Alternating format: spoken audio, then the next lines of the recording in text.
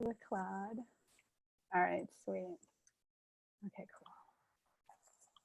Welcome, everybody, to the Boston Men's Group podcast. This is Megan Marini, your host, and we have today with us the one and only Mark Metry of Humans 2.0. He is an amazing soul who has dedicated his life to helping others and has brought together hundreds and thousands of people focused on those that help. And now he's on his second book titled Screw Being Shy. So that I think will raise eyebrows and gain a lot of attention. And this is after his Human 2.0 podcast and book, where he is the top 100 podcast globally. He has 58,000 followers on LinkedIn. And now he's got a whole slew of other things coming out. So I think,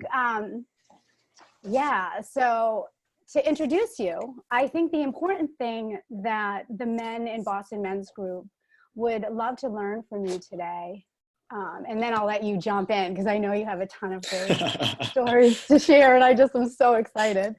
I'm really interested in hearing a bit about, if we were to frame this conversation today around men's mental health, and also the decisions that you've made that have teed up this future you have for yourself, where I see it as you've paved this path for yourself, where now you're going to be able to live your dreams at an accelerated pace. And I'd love to share any of that secret sauce that you could with the men in the men's group. And we are so happy to have you, Mark. Yeah, thank you, Megan. I appreciate it. And I don't mean to correct you or anything, but this is actually my first book ever. Oh, and, I'm sorry. No, it's all good. Yeah, no, it's been definitely a ride, and it's been great to meet you a couple times up in Boston. And so, for me, I mean, generally speaking, mental health means a lot to me, but also when it comes to, like you said, men, guys. And, first and foremost, I never thought that I would ever be one of these guys that talk about mental health. There's things that are, deeper, like suicide and social anxiety, until, I faced some success in my life pretty early on, financial success.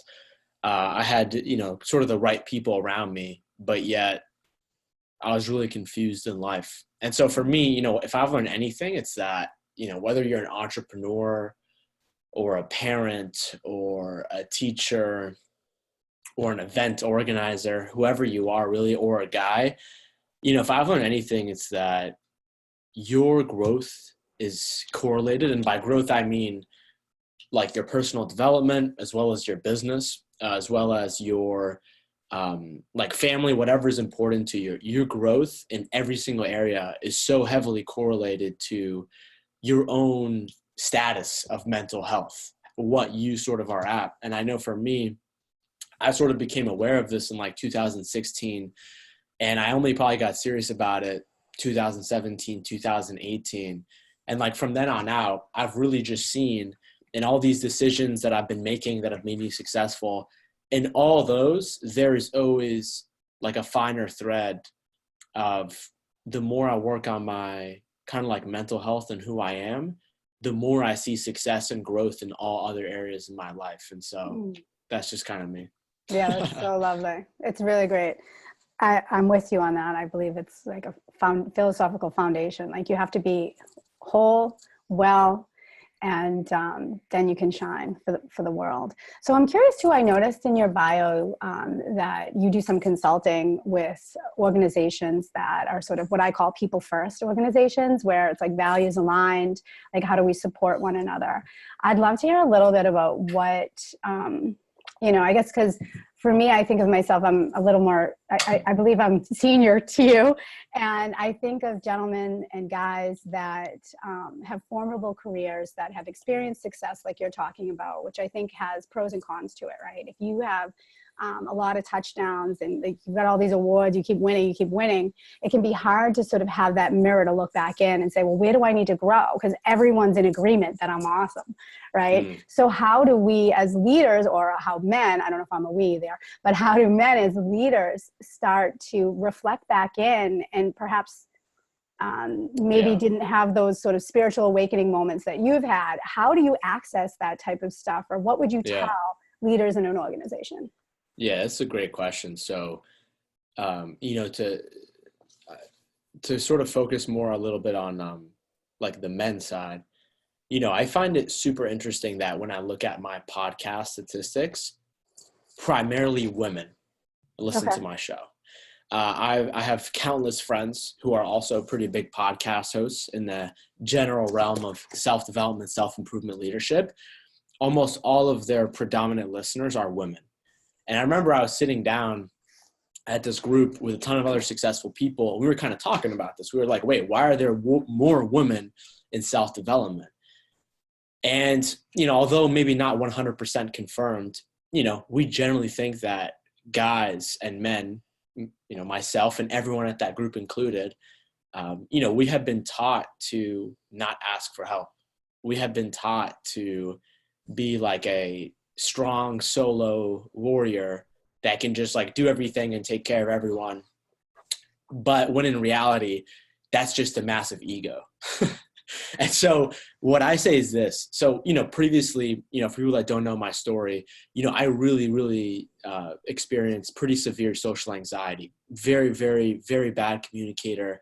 I remember whenever I'd have to talk to anybody, my brain would just go into like this like nervous system shock. I just wouldn't be able to utter a single word.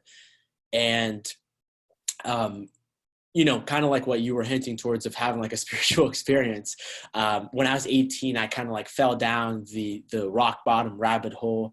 I was over 200 pounds. I was depressed. I was socially isolating myself.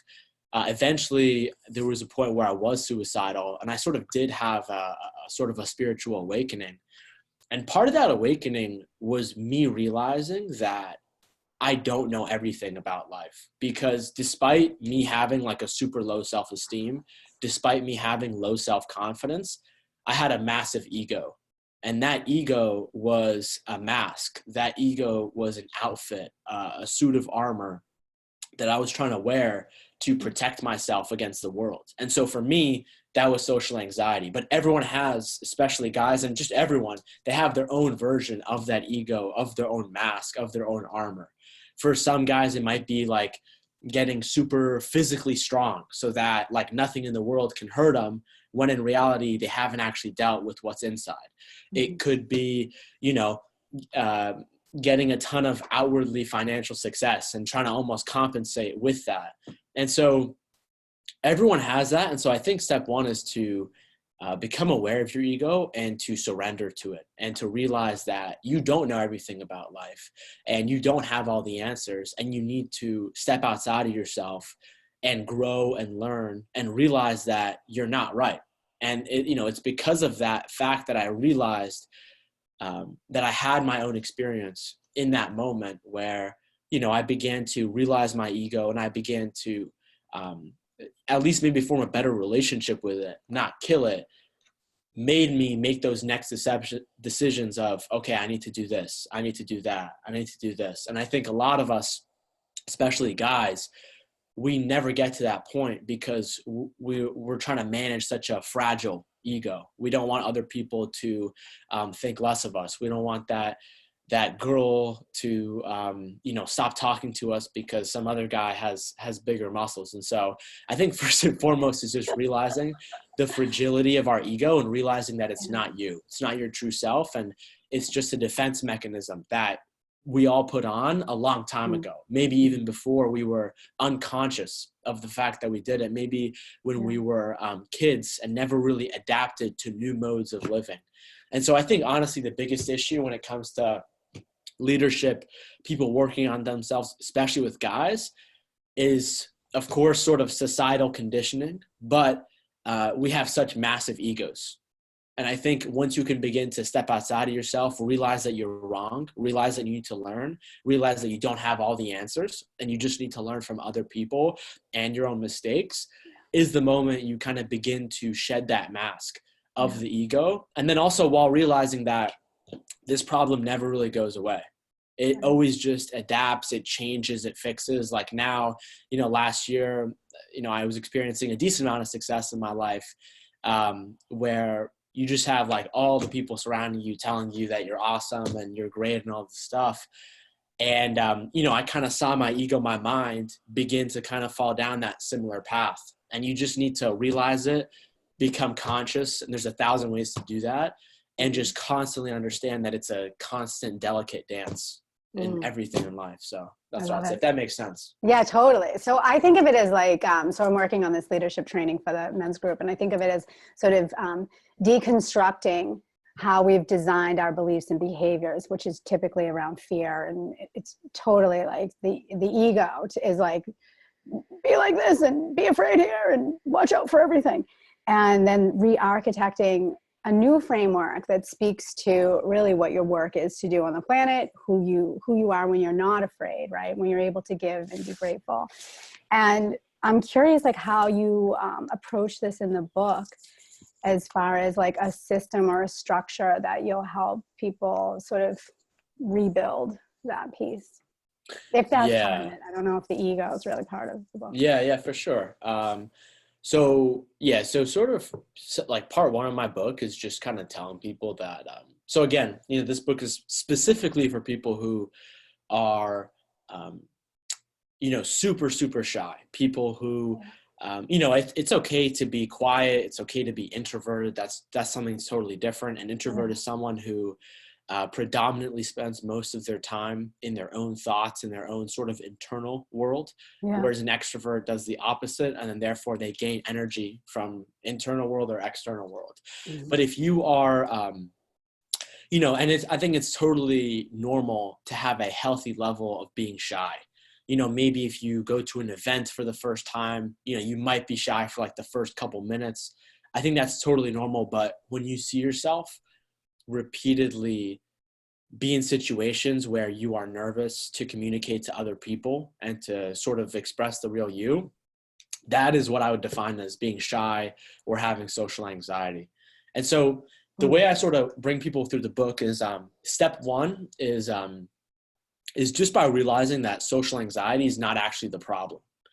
And so for me, like, I wasn't conscious of the fact that I had social anxiety until I was 18. And up to that point, when I was just going through life as a kid and my brain wasn't letting me talk to all these people, I didn't really have any friends, I just thought that there was something like inherently morally wrong with me. And I was just messed up, and I was just, born to be some kind of like outcast for the rest of my life. But when I became conscious of social anxiety, I thought that was the only problem in my life. And I think you can make this parallel if you have like other problems in your life. So like if you look at your life and you have the conscious awareness enough to like just think and be like, what is the problem? Like, what is the main problem? And almost always, it's usually never something that's like going on. It's usually never like an event. Like it's never the fact that like, you just got into a car accident 2 weeks ago, or, someone unfortunately passed away. It's a problem that's almost been with us for our entire lives, ever since we've been kids, and it's taken on different shapes and sizes. And we've done various things to try to maybe suppress it or just try to put it in the back of our minds. And so I think number one, first and foremost, is you just need to understand the role of psychological trauma. You need to understand the role of how human evolution works, and the fact that, ages 0 through 7, we're babies, we're learning as much as we can through watching other people and through our own actions of how to live in the world. And then we go out there, we try to experience the world. And then usually something happens that either doesn't go to plan, something that we couldn't think could happen, something where really our mental models of the world didn't really think about it. And so for a lot of people, sort of communicate, they translate psychological trauma with like something really, really terrible happening, like watching a murder or being abused or something like that. For sure it can happen, but psychological trauma can also just happen when your brain experiences something that it didn't know could happen, and it pauses and it stops and it doesn't process what just happened. And so it pauses and stops your nervous system from evolving. And so usually this takes like a total of 10, 20 years where we're like in our 20s and 30s. And all of a sudden we see like different parts of us, different parts of our behavior almost sort of come up, and we're like, wait, what's going on? I didn't know I had this problem. When in reality, it's just a deep, deep, deep problem that like we all tried to bury a super long time ago when we were kids. And so I think first and foremost is understanding that. And then I think second is kind of understanding the neuroscience behind just what it means to be a human being. So going back to social anxiety, and really I would say any fear, first and foremost, you need to realize that, like, you know, when I was super shy, and I would walk into a classroom, for example, and my brain would tell me like, oh my God, look at all these people, put your head down, don't talk. I would start sweating. I would feel my throat clench up. I would, my thoughts would derail. I would overthink, and I just wouldn't be able to say anything. You know, every time that happened, I always thought that I was really afraid to talk to people. I was really afraid to authentically communicate myself. And to a degree, that's true, but not really, because that's not my fear. That's my brain's fear. I'm not afraid to talk to people, but my brain might be afraid to talk to people. And the difference is, you know, if you look at, for example, science, you know, they've shown that people who experience social anxiety disorder have much bigger amygdalas than the average person, which is the part in your brain that processes and creates fear. And so when you look at that, and you also look at just human history, the way that our brains have evolved through thousands of years to detect dangers and fears to make us alive, first and foremost, you have to realize that from a biochemical perspective, our brains have not evolved to necessarily not make us happy. Our brains have evolved to keep us alive. And so a major fear that has been documented for thousands of years, this is not new, of shyness, social anxiety, because the reason why human beings have survived for so long is by being group creatures, is by spending time with each other in villages, towns, all throughout our evolution.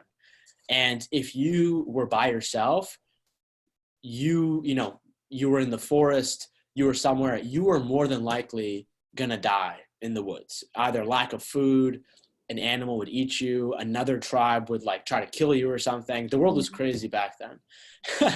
And so our brains have evolved to deal with that. And so a major aspect of social anxiety, is our brains realizing that, and realizing the importance of social connection, and realizing the importance of managing ourselves and our self-image in social situations.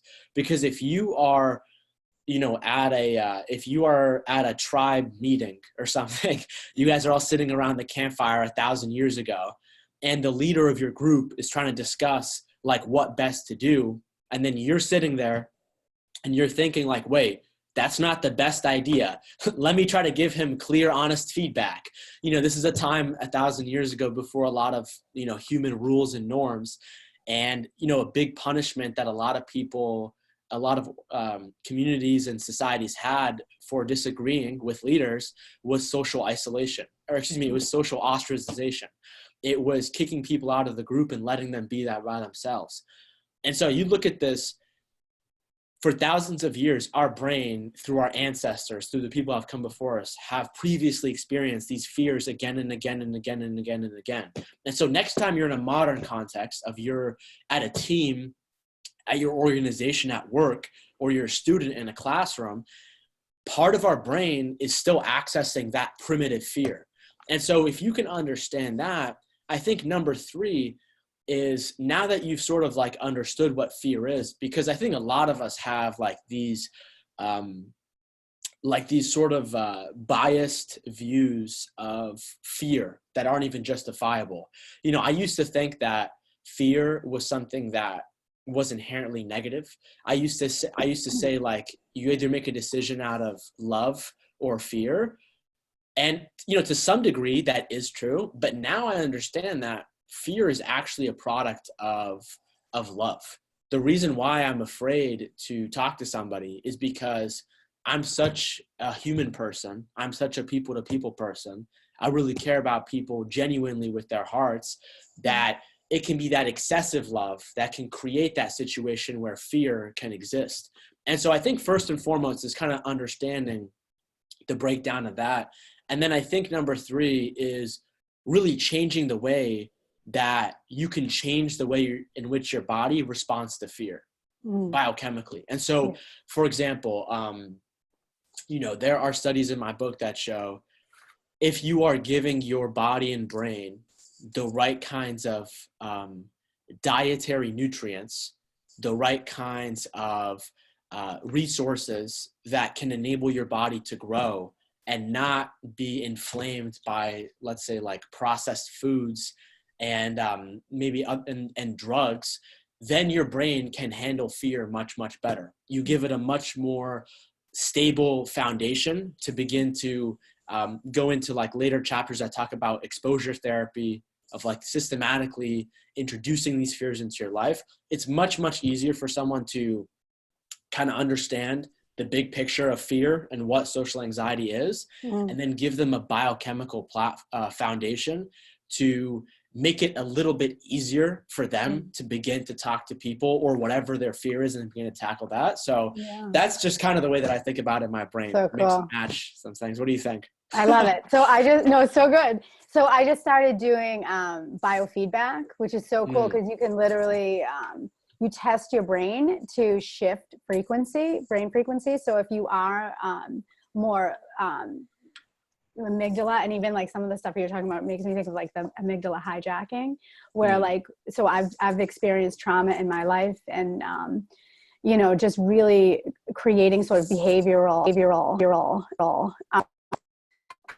where it's like, okay, so that's happening again. Like, I definitely have like clinical anxiety and stuff. So it's like, so how do and I've been meditating since I was 7 years old. And I think it's like, it gives me this, I can always just fall back into my breath and say, okay, I'm just gonna breathe. But then the biofeedback is cool because it's like, I can shift the way my brain will normally default to react to stress. And literally you're pushing the thinking to the front of the brain and enhancing focus, which I show really high on focus, which everyone's like, you're ADD, because I'm a creative. I'm not ADD. I have insane high focus. But it's so cool to like have this science and behavioral change awareness.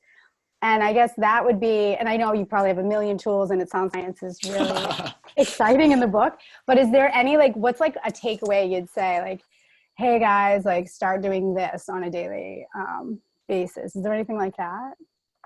Yeah, I mean, so wait, first off, I just have to ask you, you've been meditating since 7 years old? Yeah, my mom was really cool. No way. Yeah. That's awesome. Yeah. That's crazy. What kind of meditation do you do? We went to a weekly meditation group, which I think really enhances the power of meditation. If you're always meditating alone, just like working out alone, right? You go with your buddy who's, better at tennis than you are, you're going to up your game, right? So it's an Edgar Cayce group, and then we would study the teachings of Jesus. My family on my mother's side are all priests and nuns, and then, except for my grandmother.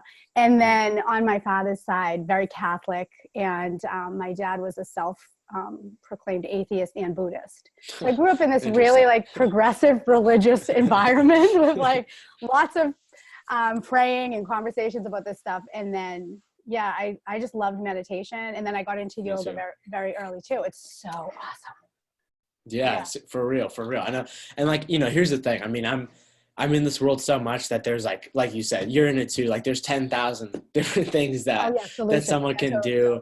Yeah. And yeah, I mean, like, someone who hosts a podcast that's all about this, that's like 500 plus episodes. I mean, I was thinking about this for the book, and I mean, there's so much stuff that I can talk about that can give people like an extra thing. But I really don't want to do that because, for me, like the way that the book is designed is the first 3 chapters are sort of are ways for you to reconceptualize what you already think and what you think you understand.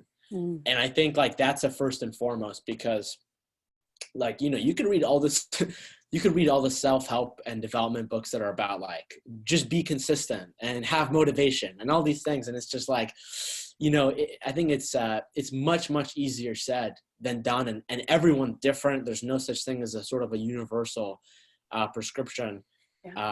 And so for me, when it comes to like specifically social anxiety, for me in the book, I really rely on science. I talk about specific like clinical research that has been done, because, in the book, I talk all about my personal anecdotes and my little stories here and there, and that's great.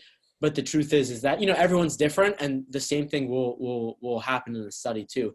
But I mean, just in terms of like what people could do, I mean, there was a study that was done out of Michigan University that found people who worked on their gut microbiome more showed a decrease effect of symptoms in social anxiety. And so that the gut microbiome, that's a super long and complicated topic that I'll, really quickly give like a quick synopsis on it. So, so this is actually like one of the craziest parts in the book, because when I was kind of learning more about this, I didn't even know it. But so when you look at both leadership and also a lot of mental health circles, there's a lot of talk on a key neurotransmitter called serotonin. And, like Simon Sinek talks about serotonin, a lot of the medications for mental health issues target that serotonin receptor. Yeah. And so when I was doing my research on it, and I was talking to a lot of like world-renowned neuroscientists, it was so crazy to find out that only 5 to 10% of serotonin is in our brain, which really doesn't make sort of any sense because it's a neurotransmitter. And you look at like the latest science that's come out of like the last 10, 15 years, and they show that 90 to 95% of serotonin is in our gut microbiome, which people didn't even know was a thing. And it's this vast ecosystem of trillions of bacteria that have evolved alongside human beings for thousands of years in a symbiotic relationship that's next to our stomach and our intestines. And every time that you eat something, your gut microbiome processes it first and has the right kinds of enzymes that then passes it through the rest of your human body to process and to use that food as fuel. And so if your gut microbiome is dysfunctional, there's a highly big chance that you'll be dysfunctional. There's a section in my book where I talk about this, and it's called First My Gut Broke and Then My Brain Broke.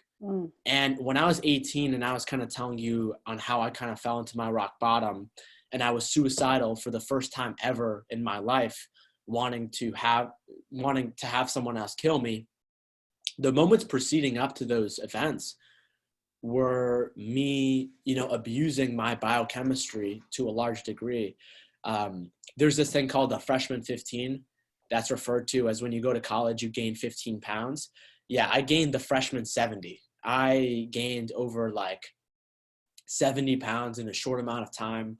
I was over 220 pounds because I was in so much emotional pain that one of the coping mechanisms that I was just sort of taught to do that I thought was harmless was just to eat food, like just to eat a ton of food. And as I began to do that, as I began to get overweight, eventually that's when I became suicidal. And you look at the research and it shows, the same way that, two organisms working together in a symbiotic relationship can be in symbiosis, there can also be a dysfunctional relationship, and they call that dysbiosis.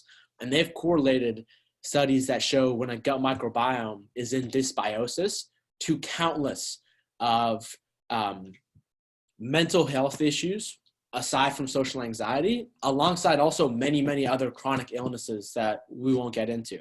And so for me, that's what I would say. I mean, I would say start with your gut, start with the food that you eat.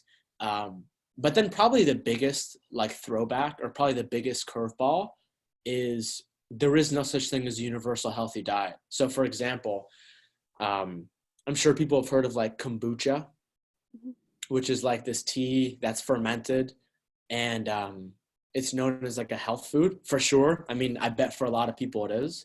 But I got my gut microbiome functionally tested, and it told me that I shouldn't be consuming kombucha because the kinds of bacteria in kombucha when interacted with my own gut just won't work that well.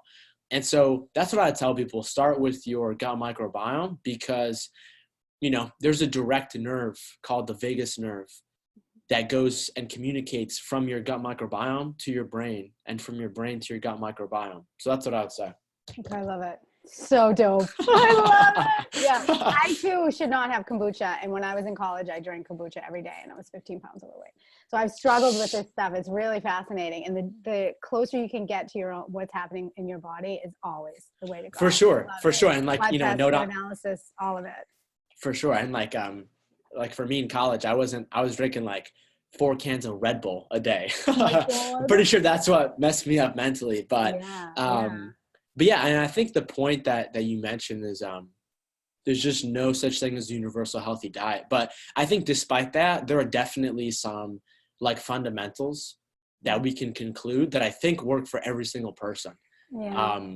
I think number one, probably the biggest one, is just like stop eating junk food, artificial chemicals, hormones, just various things that just shouldn't be in our body have been known to cause such a variety of issues. I break down the science of it a lot in depth in my book. And I've also, spoken with, and I have on my podcast coming soon, this gentleman by the name of Dr. Daniel Amen, who's like this world-renowned neuroscientist, has written like 30 books. And, he talks about this a lot. He talks a lot how a lot of the mental health issues are not necessarily mental illnesses. They are brain health issues that steal our mind. And so when you begin to look at it from that biochemical perspective, from just a holistic, functional perspective of how is everything in the body working together, how is everything in your brain working together, how is your mind, body, soul, spirit kind of all coming, interacting and working with one, because they really are all connected. Nothing is sort of separated. So I think when we can take a look at that sort of long-term holistic view, we can begin to kind of make a plan for the correct mental health. Of course, depending on our situation, sometimes for sure. And of course, everyone always needs help. But there are definitely some cases that are super severe and require a lot of ongoing professional support. So no, definitely. I love it. So I'm curious. So one of the underpinnings of the Boston Men's Group has always been mental health, and looking at the staggering numbers around male suicide, and that male suicide in middle-aged white men is the fastest, that's on the rise, the fastest out of all of the other. And we keep hearing about military suicides, and we hear now about all of the young teenagers, and that's on the rise. But still, white males over 35 are the highest. And it's really scary. And I guess to me, the sort of how it works, on my theory, and I'm writing my master's on positive masculinity now out of EGM. Nice. In Switzerland. Yeah, that's so awesome.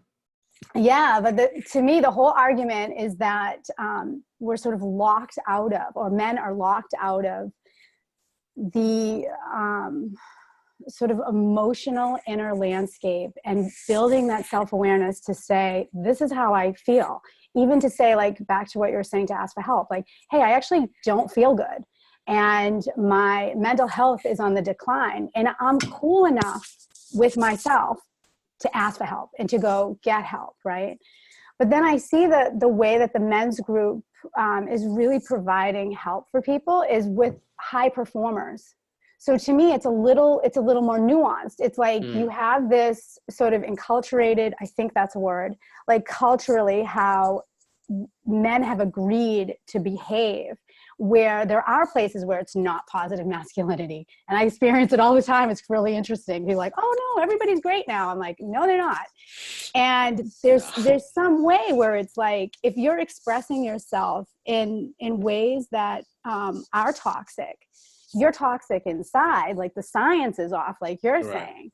But then what if we take that and we push it up a level, and it's like, what's going on with high performers, which is like, you take someone like, the LeBron James's coach, right? It's like, how do you coach someone like him? who's already at this insane level to take their, gut biome to the next level. I don't know what you would say. There's a lot there, but this is kind of like, boom, how I think about it all coming together.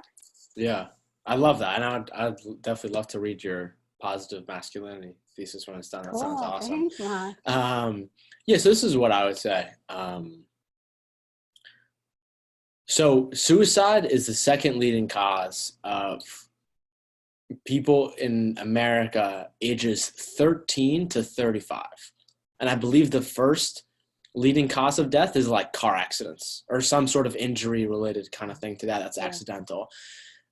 So like you said, that to me is terrifying. Right. And if you look at it, all over the world, 800,000 people commit suicide every single year, which is more than the amount of violence, natural disasters combined. When you look at that, it's really interesting because we now live in a time where you are a bigger threat to yourself than someone else walking up to you and killing you with their own hands or with a gun, statistically speaking. We're now trotting in areas that we've just never kind of been before as a species. And I think first and foremost, a major part of it is this. So I think, so when you look at human needs and you look at, Maslow's hierarchy of needs, this is essentially states that at the bottom of the pyramid is represented by, like, if you have enough food, you have enough water, you have some place to sleep, you have some bare minimum sense of security on this life. And then the other layers, once you can achieve this, are more complicated things like your interpersonal relationships, your self-esteem, maybe even your mindset, and so on and so forth. I think that, I think that ever since our world kind of went from a very primitive world to the agricultural revolution, to the industrial revolution, we started making cities and factories and more people had jobs and more families and more humans and the bigger population. I think our society was, through thousands of years, literally preparing and gearing up and just try to achieve this basic layer of human needs, which is how can we give everyone on planet Earth enough food, enough water, enough security. And like a lot of stuff has gone down just because of this, from wars to conquest to people fighting for land to acquiring other people and using them as resources. And so I think for the most part, our world, or let's just say America, has achieved this. For the most part, everyone is getting their most basic needs met. Everyone has food. Everyone has water. Everyone has a place to sleep. And then when you look at the more complicated things, there are no systems in society set up for that. Or there are, but they're very much on the fringe, right? So we have schools, we have education systems that are teaching people, okay, this is how you go through the system. This is how you get a job. This is how you get enough money to afford to take care of these basic security needs that make us all human. Mm-hmm. So now people my generation, or maybe even a little bit older, we're now all being defaulted, born into this world where our needs are basically taken care for us. Get a job, even if it's a minimum wage job, get a couple of jobs. I'm not trying to oversimplify the issue. There's a lot.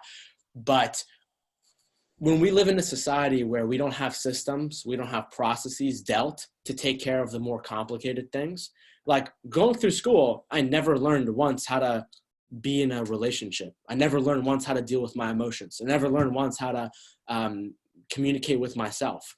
And so I think that is a massive, massive, sort of cause for a lot of this confusion.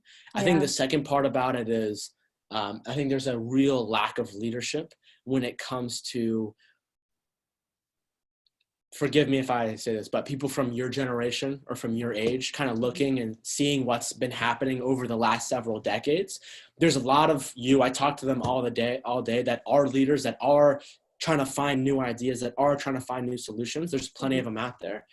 But I think it largely lacks leadership because we are now in an era where all this stuff with technology, all these new things that we think are happening, we haven't seen them before. And so how could you possibly have a massive amount of leaders that are like, hey, we could do this. Let's go on to this. And nobody has any idea what's going on with technology. Nobody has any idea what's going on with like social media or artificial intelligence. AI. And so there's like 1,000 things, right? And so I think you have this growing population of younger people who are growing up with this sense of confusion because there's no leadership.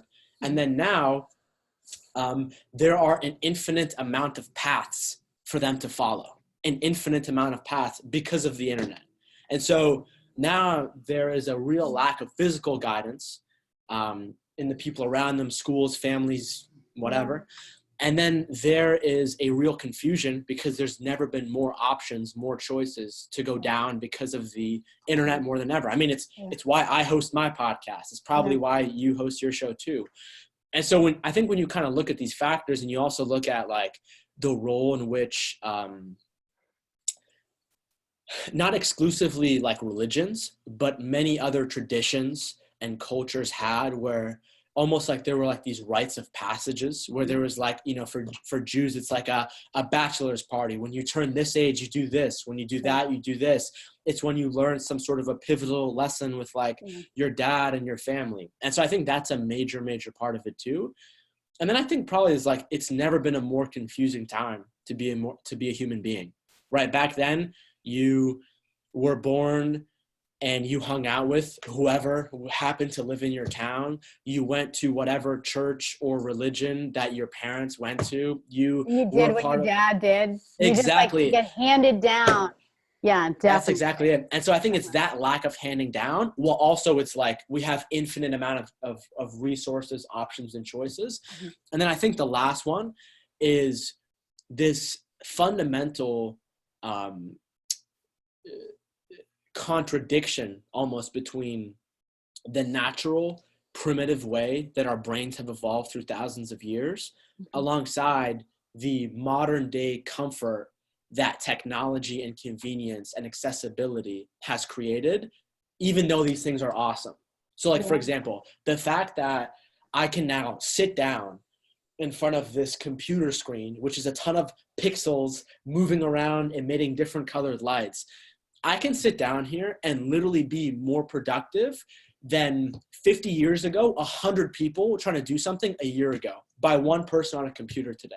However, we also know that human beings were not necessarily meant to sit inside. We were not meant to just sort of sit in like these hunched over positions all day. And so like I could be hustling, I could be super productive, making money for my family or whatever I want to do. But it's like, hey, if I sit down here from 10 a.m.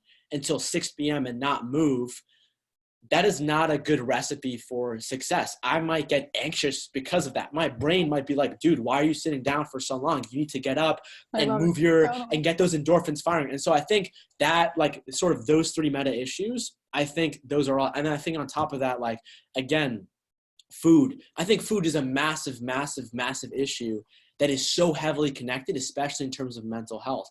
Mm-hmm. And the reason why I talk about this is because, again, growing up, I never knew this. You know, there's a study in my book that shows teenagers that were on the American Standard Diet, which was primarily just junk food. They took a group of teenagers that were just primarily eating that, and they took them off it, had them eating like a healthy, natural diet, nothing specific, just no chemicals, no things that come in bags or boxes or are bright colored preservatives. They showed a 100% decrease in suicidal ideation. And so I kind of look at all these factors, and I think the fact that, again, I could be sitting down, open my phone, go to Uber Eats, order some kind of like food concoction that was never meant to be consumed like 1,000 years ago, like a 64-ounce ice cream sundae that has like, you know, muffins in it and just like a ton of things. Mm-hmm. And I think that is a fundamental issue too that's causing a lot of mental health problems too. So I think it's those, in my eyes, I kind of see those three main issues in terms of that. And then also my generation, because, you know, that's sort of what I can speak on. Yeah, no, I love it. So I got to tell you two things. I love it. So, so I remember, I just want to draw a correlation because I think that there's never a time where so I'm going to lump us together in like maybe the past, like whatever, 30, 40 years of like that moment when you're graduating. So I do a few talks at local colleges, and specifically with the young woman. And one of the things I talk about is this feeling of this endless black abyss upon graduating, where there's going to be some woman in the room who had a strong anchor. What I call an anchor is an adult in your life that is mentoring you really strong. Like, this is where I want to help you get to. This is how you get into a school. This is how you navigate this, that, and the other. Whether or not that's a positive, some people are like, well, I want it to be free and do it my own way. But research shows that people that have a guide like that, those children and young adults are much more successful. You have a leg up, you have a mentor, right? So it's like, I didn't have any mentors. My dad was like, you're an idiot, when I said I was going to college in Colorado. Like, he didn't know, right? He had mental health issues. He never went and got a therapist. He never went to a therapist, right? So it's really interesting I'm like, no, I have to like completely reset this. So upon graduation, he was like, this was the most amazing decision you've ever made. So it was like, That's he awesome. got to see at the end of the timeline that it was a good decision. But I didn't have any help. And I remember at the end of that moment looking around and being like, I have absolutely no idea where to go after college. I was like, I don't know what to do with myself now, right? It's like, it's so funny. You spend all this money on getting educated and to have no idea what your career would, right? So I was studying like conscious leadership and all this like really, really like progressive stuff in Colorado and somatic psychology and all this awesome stuff. But I was like, but now what do I do with it? Like, what's my business model, right? So now I have all that. But so I think that that's something that, whatever, I graduated college in 2007. So it's still something kids deal with. And I think that's a tough thing. 100%. Find mentors, ask questions, do the research. And then the other thing is, so I do predictive index. So it's a really cool human behavioral assessment to see what your innate drives are, which is really cool when you're working on teams, because you can look at how a team is going to function as a whole, how a leader is going to come in and be able to integrate with a team, how you can create a collective culture, things like this, all with data and science. And the philosophy is that there's leaders at every level. And I feel like you're one of those leaders at every level, like you're a leader, right? So it's like, if kids are coming up, and I call them kids, I call people my own age kids sometimes, because we're all growing and we're all in this path of personal development. But the reason we're doing it is because we want to affect the world. We want to be part of the world in a bigger way, right? So we want to leave this legacy. And I think that this is something, I guess, if we could just end on that note, is like, how would you invite others at every stage in their life to step into their full leadership? Yeah, that's a killer question. And I love everything you said. And, first and foremost, I think number one is this, my personal belief is that everyone is in life exactly where they're supposed to be. So like, I wish I could have taken like the 16-year-old Mark and be like, bro, right? But then, if that happened, I don't know where I'd be today, whether that's maybe in a good way, maybe in a bad way. But aside from that, what I will say is this, and this is kind of like the last chapter in my book. And again, this is specifically tailored to people who have social anxiety or just have trouble being themselves in front of anyone, which is a lot of people, especially when you are young, and especially when you kind of feel like, oh crap, like look at all these adults, look at all these authority figures. They kind of seem like they know what they're doing. And I'm just like this thing that's growing up and I don't even know how to think about myself. But first and foremost, it's this, with no judgment, with no like hate or anything, you're not helping the world when you keep your mouth shut. You're not actually contributing towards the conversation. Now, again, realize that sometimes like you have to go through something for like 5-10 years to become a different person, to then be able to get that point and use that experience for good. But when I was kind of looking at social anxiety, I realized, I was like, oh my God. And this is kind of like when I pulled the trigger to write this book and do it, I realized that social anxiety is like this meta problem. that is actually a major, major issue that, in my opinion, is actually one of the worst issues on the planet, despite a lot of worse seeming issues. The reason why I say this is because of this. Imagine if, the person who invented the computer, Alan Turing, in World War II, imagine if he wasn't able to communicate with other people, with his team, to build that computer. Imagine all of the great inventions that have ever happened in human history, all the amazing leaders who have created amazing movements. Imagine if they were socially anxious and then just stopped right there. And they said, well, I guess I'm, really shy and I can't communicate myself, so I'm just not going to go after this. And then 50 years later, 100 years later, history happens. And so that's like almost my call to action to people who really do experience this. And, by no means am I sort of like saying like, oh, you should just talk to people, like it's just try harder, be more positive. No, like that's the exact reason why I wrote this book, because it's a legitimate blueprint that doesn't just tell people all the things that they've always heard, but actually gets people to sustainably and holistically heal themselves and get on their own plan. Like in my book, I mentioned it, it's like, if you read this book like a novel and you don't stop and you don't do things, this is a failure. At the end of every single one of my book chapters, there are exercises for people to do and to take action on, because I know how important that is. So it's like, whatever major issue you see out there in the world that you're super passionate about, whether it's climate change or gun control or mental health or leadership or financial issues or minorities or racial issues, whatever one of those issues you can point to, every single one of those issues require you to not only communicate to your other people authentically, in truth, because this world is done with BS. It's done with crap. People in meetings not wanting to speak up because they're afraid whatever sort of the continuum is going to happen, and if they're going to get fired, and it's that modern day exile with social anxiety. And so whether it's truly legitimate at an organizational level, or it's a problem that someone has within their own mind, both. And so whatever that problem is, it's all going to be solved by people who are communicating to each other. And you might not be the leader, you might not be the CEO, but you could be an extremely important person on that team that plays an integral role in solving whatever that world issue is. So that's kind of like the unlock. If you can begin to heal yourself from social anxiety and being overly shy, that is the unlock to being yourself. That is the unlock to doing whatever it is you want to do. That is the unlock to changing the world. So that's what I would say. I love it. It brings it all the way back to how we opened, like how do you speed up actualizing your dreams? So thank you so much for joining us today, Mark Metry. Yeah, Megan, thanks so much.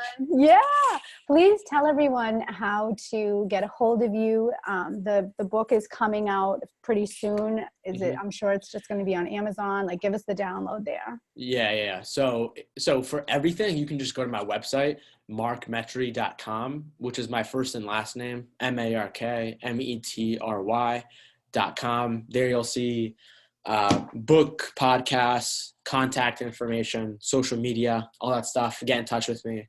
Megan, thank you so much. This is an amazing podcast. Thank you for starting my day off right. Woo! Thanks for joining. Yeah. Piano.